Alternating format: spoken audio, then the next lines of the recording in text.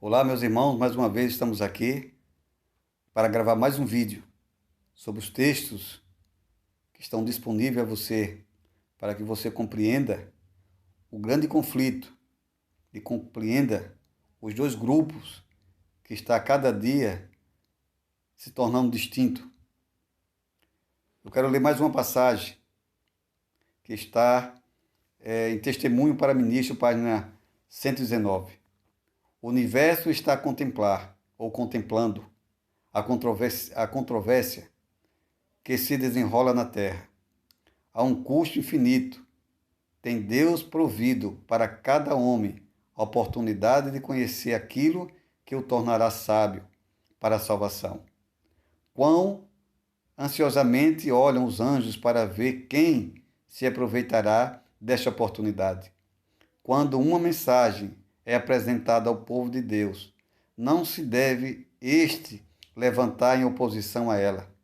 Deve ir à Bíblia, comparando-a com a lei e o testemunho. E se não suportar a prova, não é verdadeira. Deus deseja que nossa mente se expanda. Deseja dar-nos sua graça. Podemos ter um banquete de boas coisas cada dia, pois Deus pode abrir para nós todo o tesouro do céu. Amém? Então, meu amigo, toda vez que você escutar um pregador, um líder, um apresentador, um pastor, um irmão, ou seja, qualquer pessoa, antes de rejeitar ou acatar, vá até as Escrituras.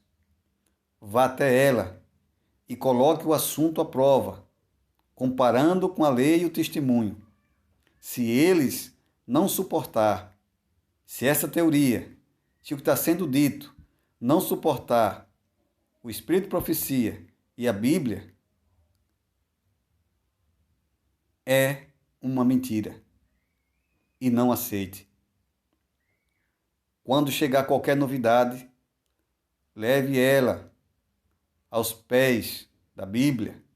Se a Bíblia estiver com ela, se o Espírito de Profecia a apoiar, aceite. Porém, se a rejeitar, você também a rejeita. Mesmo que todos o acatem, mesmo que todos indiquem como sendo revelação, mesmo que se firme e se clame que é a pura verdade. Se a lei e o testemunho não estiver apoiando, não o aceite. Toda palavra tem que ser levada à prova. Lembra o caso dos bereanos?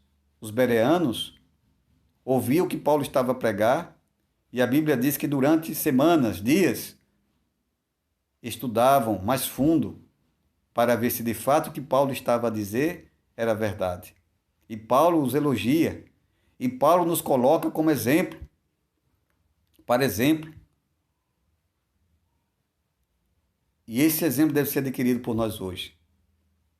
Devemos aceitar a verdade revelada nas Escrituras. Devemos aceitar aquilo que o Senhor, através das suas Escrituras, está a nos encerrar, a nos revelar. Por quê? Porque Deus é Ele que contém todo o ensinamento, é Ele que contém toda a verdade, é nele que podemos aprender, é Ele que temos segurança, é Ele que nos conduzirá a toda luz. Precisamos a cada dia buscar essa luz, e o Espírito Santo, o Consolador, ele veio com essa finalidade também, pois a Bíblia diz: e ele nos conduzirá a toda a verdade. Eu preciso a cada dia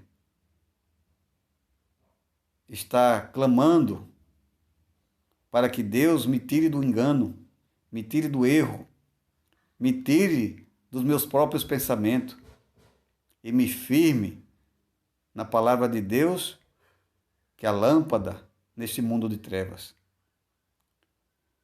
Muitos dos que agora pretendem crer na verdade, mas que não têm uma âncora, estarão ligados com o grupo de Satanás. Testemunho para Ministro, página 411. Meu amigo, quantas pessoas abandonaram o povo de Deus por não estar ancorado em lugar nenhum? Aceitam a ser membro da igreja, pensando em receber ajuda. Outros entram na igreja para conseguir um casamento. Outros entram na igreja para ter um emprego. Outros entram na igreja por cesta básica, por uma ajuda momentânea. Outros entram por causa das suas emoções. Alguém lá na frente trabalhou na questão emocional, com fundo musical, com música apelante, com sermões de apelos, não de doutrinas. E o indivíduo entra na igreja por emoção. E quando descobre que a igreja não é um céu aqui na terra, quando descobre que a igreja é um lugar que tem todo tipo de pessoa, um hospital onde tem gente doente de todos os graus e níveis, eles desistem e vão embora, porque não estão ancorados em lugar nenhum. As pessoas que recebem todo o ensinamento, todo o estudo de forma sólida, quando ele é ensinado da forma correta, expondo toda a verdade que a Bíblia contém e a verdade naquilo que ele vai encontrar na igreja, poucos abandonam a fé. E muitos desses que abandonaram a fé, cedo ou mais tarde, retornarão. Porque aprenderam que o único lugar seguro é junto de Deus e junto do seu povo. Mas se você não tem âncora nenhuma, não sabe nem por que é adventista, você é um candidato a estar ligado cedo ou mais tarde ao grupo que, infelizmente, é o grupo de Satanás. Precisamos se despertar para isso. Enganosos erros que se acham espalhados por toda parte e que estão levando cativo ao mundo devem ser desvendados. Está sendo feito todo o esforço possível para alcançar almas com raciocínios sutis, promovê-las, na verdade, para a fábula e prepará-las para serem seduzidas por fortes enganos.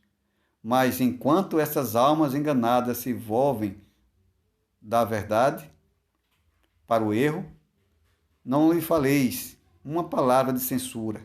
Procurai mostrar a essas pobres, iludidas almas o seu perigo e revelar-lhes quão ofensivo para Jesus Cristo é seu modo de proceder.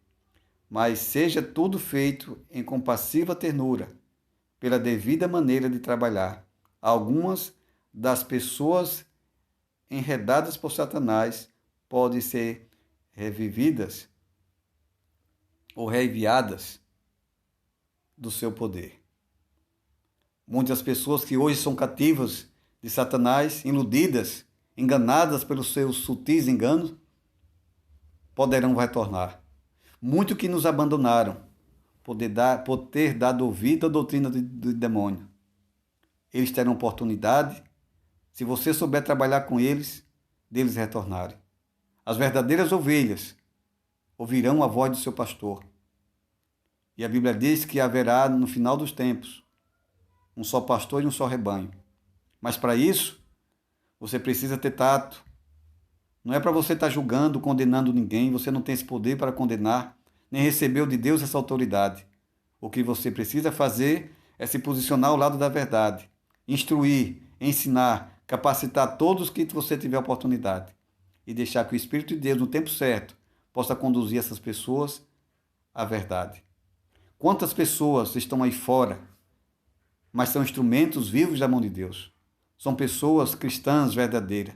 E quantas pessoas estão aqui dentro que não passa de joio, de palha, dando mau testemunho, dando uma falsa imagem do cristianismo.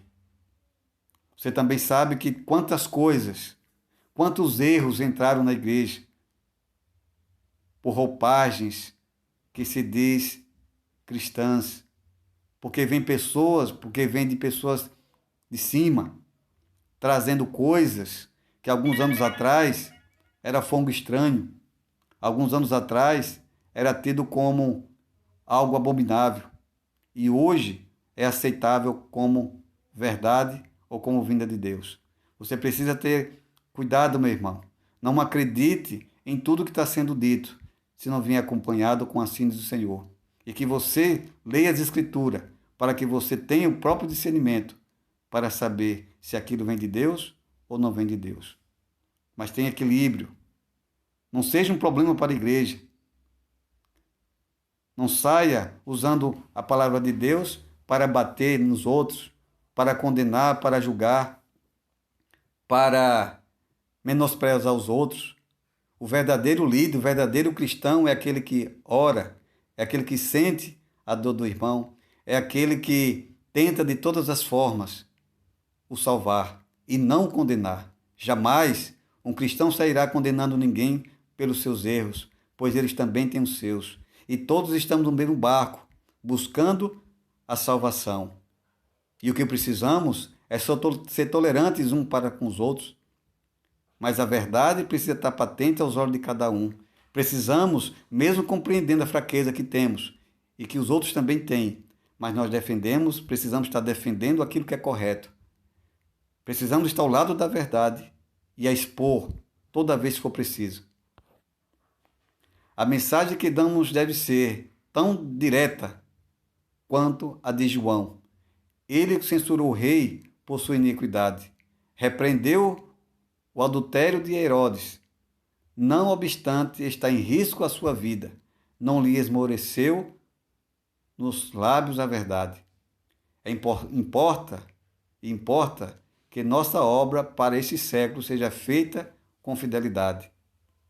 Os habitantes do mundo hoje são representantes ou representados pelos que viviam na terra ao tempo do dilúvio. A impiedade dos habitantes do velho mundo é positivamente declarada. E viu o Senhor que a maldade do homem se multiplicaram sobre a terra, e que toda a imaginação dos pensamentos de seu coração era só má continuamente. Gênesis 6:5. Meus irmãos, não devemos falar a verdade com arrudeio. Não devemos temer de falar a verdade, seja para quem for.